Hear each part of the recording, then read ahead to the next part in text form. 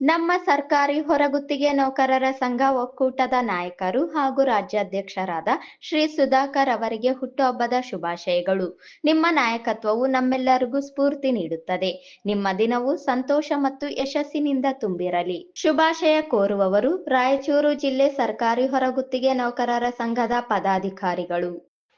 ರಾಯಚೂರು ಜಿಲ್ಲೆಯ ಸಿಂಧನೂರು ಹಾಗೂ ಮಾನ್ವಿ ತಾಲೂಕಿನಲ್ಲಿ ಕೃಷಿ ಪತ್ತಿನ ಸಹಕಾರ ಸಂಘದಿಂದ ರೈತರ ಜೋಳ ಖರೀದಿಸಲು ಕೇಂದ್ರ ಸರ್ಕಾರದ ಗೋದಾಮಿಗೆ ಹೋಗಿದ್ದ ಲಾರಿಯನ್ನು ವಾಪಸ್ ಕಳಿಸಿದ್ದರಿಂದ ಸಿಟ್ಟಿಗೆದ್ದ ರೈತರು ಗುರುವಾರ ತಹಸೀಲ್ದಾರ್ ಕಚೇರಿಯ ಮುಖ್ಯ ದ್ವಾರಕ್ಕೆ ಲಾರಿ ನಿಲ್ಲಿಸಿ ಪ್ರತಿಭಟನೆ ಕೈಗೊಂಡಿದ್ದರು. ಮುಖ್ಯವಾಗಿ ಸಹಕಾರ ಸಂಘದಲ್ಲಿ ನೋಂದಣಿ ಮಾಡಿ ಜೋಳ ಖರೀದಿಸಿ ಲಾರಿಯ ಮೂಲಕ ಕೇಂದ್ರ ಸರ್ಕಾರದ ಗೋದಾಮಿಗೆ ಹೋದರೆ ಜೋಳದಲ್ಲಿ ಹುಳುಗಳು ಇವೆ ಎಂದು ಕಾರಣ ಹೇಳಿ ವಾಪಸ್ ಕಳುಹಿಸಿದ್ದಾರೆ. ಈಗ ಮಳೆ ಇರುವುದರಿಂದ ಒಂದೆರಡು ದಿನದಲ್ಲಿಯೇ ಹುಳುಗಳು ಕಾಣಿಸಿಕೊಳ್ಳುತ್ತವೆ. ಹೀಗೆ ರೈತರಿಗೆ ಸರ್ಕಾರವೇ ಅನ್ಯಾಯ ಮಾಡಿದರೆ ಹೇಗೆ ಎಂದು ರೈತರು ಅಸಮಾಧಾನ ವ್ಯಕ್ತಪಡಿಸಿ ಪ್ರತಿಭಟನೆ ಕೈಗೊಂಡರು.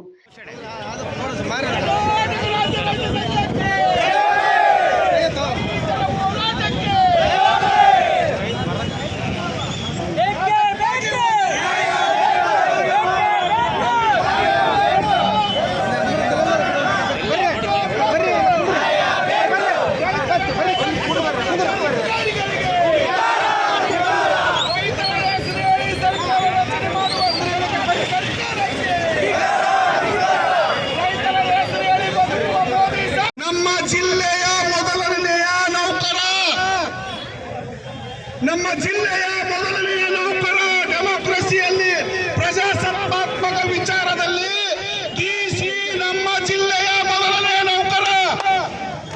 ಯಾಕೆ ಬಂದಿಲ್ಲ ಡಿಸಿ ನಮಗ್ ಮಾತಾಡ್ಸಕ್ಕೆ?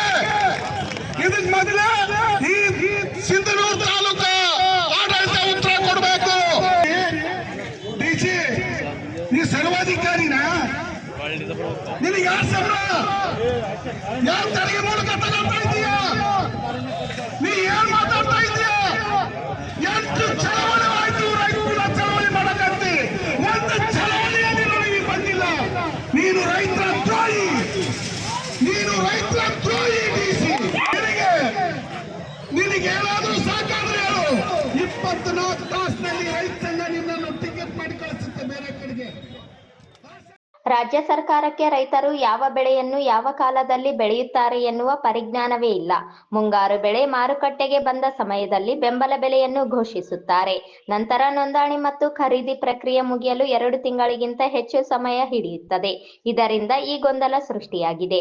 ಬಾಕಿ ಇರುವ ರೈತರ 3.5 ಲಕ್ಷ ಕ್ವಿಂಟಾಲ್ ಜೋಳ ಖರೀದಿಸಬೇಕು ಮತ್ತು ಹಿಂಗಾರಿನ ಬೆಳೆಗೆ ಅನವಶ್ಯಕ ಷರತ್ತುಗಳನ್ನು ವಿಧಿಸದೆ ಖರೀದಿ ಮಾಡಬೇಕೆಂದು ರೈತರು ಸರ್ಕಾರಕ್ಕೆ ರೈತ ಅಮೀನ್ ಸಾಬ್ ದಿದ್ದಗಿ ಒತ್ತಾಯಿಸುತ್ತಿದ್ದಾರೆ.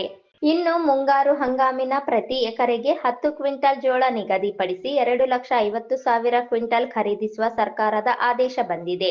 ವಡ್ಡರಹಟ್ಟಿ, ರಾಯಚೂರು ಗೋದಾಮಿನಲ್ಲಿರುವ ಕೇಂದ್ರ ಸರ್ಕಾರದ ಅಧಿಕಾರಿಗಳು ಜೋಳ ಖರೀದಿಗೆ ಬಿಗಿಯಾಗಿ ನಿಯಮ ವಿಧಿಸಿರುವುದನ್ನು ಸಡಿಲಗೊಳಿಸಲು ಜಿಲ್ಲಾಧಿಕಾರಿಗಳು ಮತ್ತು ಶಾಸಕರು ಚರ್ಚೆ ನಡೆಸಿದ್ದು, ಶೀಘ್ರದಲ್ಲಿ ಪರಿಹಾರ ಸಿಗಲಿದೆ ಎಂದು ತಹಸೀಲ್ದಾರ್ ಶ್ರುತಿ ಅವರು ರೈತ ಮುಖಂಡರಿಗೆ ಮಾಡಿಕೊಂಡ ಮನವಿ ವಿಫಲವಾಯಿತು.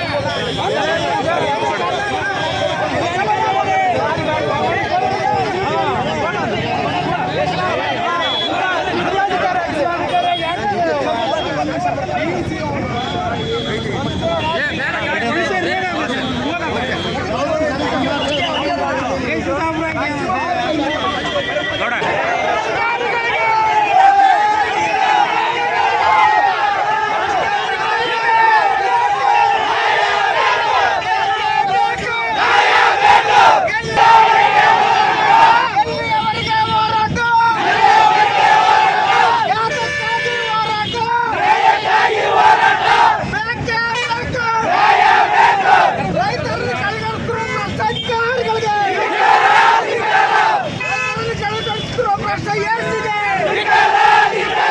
ಬೇಕೇ ಬೇಕು. ಎಲ್ಲಿಯವರೆಗೆ ಹೋರಾಟ? ಯಾತಕ್ಕಾಗಿ ಹೋರಾಟ? ರೈತರ ಬೆಳೆದ ಜೋಳವನ್ನು ಖರೀದಿ ಮಾಡಲೇಬೇಕು. ಸಂಪೂರ್ಣ ಜೋಳ ಖರೀದಿಯಾಗಲೇಬೇಕು. ಎಕರೆಗೆ 20 ಕ್ವಿಂಟಲ್ ಖರೀದಿಸುವ ಸರ್ಕಾರದ ನಿರ್ಧಾರ ಪುನಃ ಬದಲಿಸಿರುವುದನ್ನು ತಾವು ಒಪ್ಪುವುದಿಲ್ಲ. ಅಲ್ಲದೆ ಸಮಸ್ಯೆ ನಿವಾರಣೆ ಆಗುವ ತನಕ ಅನಿರ್ದಿಷ್ಟಾವಧಿ ಧರಣಿ ಮುಂದುವರೆಯಲಿದೆ ಎಂದು ತಿಳಿಸಿದರು. ರಾತ್ರಿ ಇಡೀ ತಹಸೀಲ್ದಾರ್ ಕಚೇರಿಯ ಮುಖ್ಯ ದ್ವಾರದಲ್ಲಿ ರೈತರ ಅನಿರ್ದಿಷ್ಟಾವಧಿ ಧರಣಿ ಮಾಡಿದ್ದಾರೆ.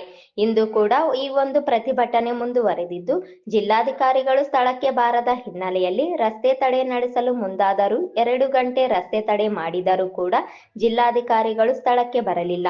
ಇನ್ನು ರೈತರ ಪ್ರತಿಭಟನೆ ಬಗ್ಗೆ ಸಿಂಧನೂರು ತಹಸೀಲ್ದಾರ್ ಪ್ರತಿಕ್ರಿಯೆ ವ್ಯಕ್ತಪಡಿಸಿದರು. ಈಗ ರೈತರು ಕೂಡ ಒಂದು ಮಿನಿಮಮ್ ಕ್ವಾಲಿಟಿನ ಮೇಂಟೈನ್ ಮಾಡಿ ಕೊಡ್ಲಿ ಅಂತ ಕೇಳ್ತಾ ಇದೆ.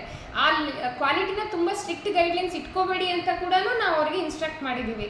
ಇದು ಸೆಂಟ್ರಲ್ ಮತ್ತು ಸ್ಟೇಟ್ ಅಂದರೆ ಇಲ್ಲಿಂದ ಕಳಿಸೋ ಗ್ರೇಡಿಂಗಿಗೂ ಅಲ್ಲಿ ತಗೊಳ್ಳೋ ಗ್ರೇಡಿಂಗು ತುಂಬ ಸ್ಟ್ರಿಕ್ಟ್ ಇರೋದ್ರಿಂದ ಈ ಸಮಸ್ಯೆ ಬಂದಿರೋದ್ರಿಂದ ಒಂದು ವೇಳೆ ಸ್ಟೇಟಿಗೆ ಶಿಫ್ಟ್ ಆಗೋದ್ರಿಂದ ಸಮಸ್ಯೆ ಬಗೆಹರಿಯುತ್ತೆ ಅಂದರೆ ಅದು ಕೂಡ ಆದರೆ ನಾವು ತಿಳಿಸ್ತೀವಿ.